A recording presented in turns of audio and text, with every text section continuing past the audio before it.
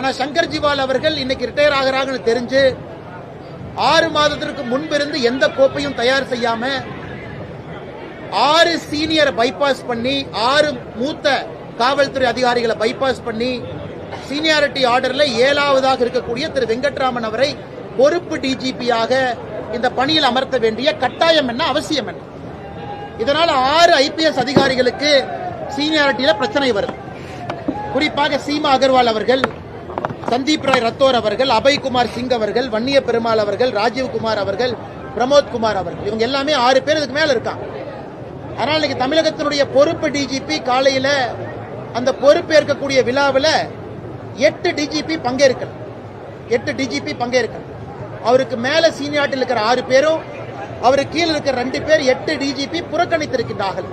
எப்படி காவல்துறையில சட்டம் ஒழுங்கை நம்ம காப்பாற்ற முடியும்?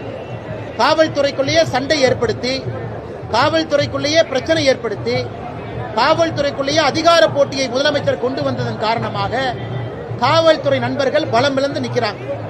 சமீபத்தில் வந்த ஆய்வறிக்கை உங்களுக்கு தெரியும். இந்தியாவில் 31 மாநகரத்தில் ஆய்வு பண்ணாங்க மத்திய அரசு அமைப்பு. அதுல சென்னை 21வது நகரமாக இருந்திருக்கிறது. அதாவது பெண்களுக்கு பாதுகாப்பு இருக்கக்கூடிய நகரமாக NARI 2025 அமைப்பு நடத்தியிருக்கக்கூடிய ஆய்வறிக்கையின்படி சென்னை மாநகரம் 31 நகரத்தில் 21வது நகரம் தான் பாதுகாப்பு. 6 பெண்கள் 6% 100க்கு அவங்க மட்டும்தான் மிக பாதுகாப்பாக இருக்கின்றோம். 46 பேர் பாதுகாப்பா இருக்கிறோம். 48% பெண்கள் நாங்க பாதுகாப்பாவே இல்லைன்னு சொல்லியிருக்கிறாங்க.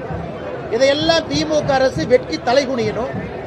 இந்த லட்சணத்துல காவல்துறைக்குள்ள சண்டனையும் பிரிவினைவாதத்தையும் ஏற்படுத்தி எடுத்திருக்கக்கூடிய முதலமைச்சர் மு.க. ஸ்டாலின் அவர்களுக்கு கடுமையான கண்டனங்கள். எங்களை பொறுத்தவரை இது இல்லீகல். பொறுப்பு டிஜிபி என்கின்ற பொறுப்பே இது ஒரு இல்லீகலான வேலை. சட்டத்தில் இதுக்கு இடம் கிடையாது. அதனால் உடனடியாக இதை மாற்றி போர்க்கால அடிப்படையில் யூபிஎஸ்சிக்கு 5 பேர் லிஸ்ட் அனுப்பி யூபிஎஸ்சி கொடுக்கிற 3 பேர்த்துல ஒருவரை தமிழகத்தினுடைய டிஜிபியாக அறிவிக்கணும். இல்லை என்றால் இந்த அரசு போலீஸ்லயும் அரசியலை கலந்துவிட்டு நஞ்சை பாய்ச்சி பொதுமக்களுடைய பாதுகாப்புக்கே பிரச்சனை ஏற்படுத்திக் கொண்டிருக்கின்றார். நான் தொடர்ந்து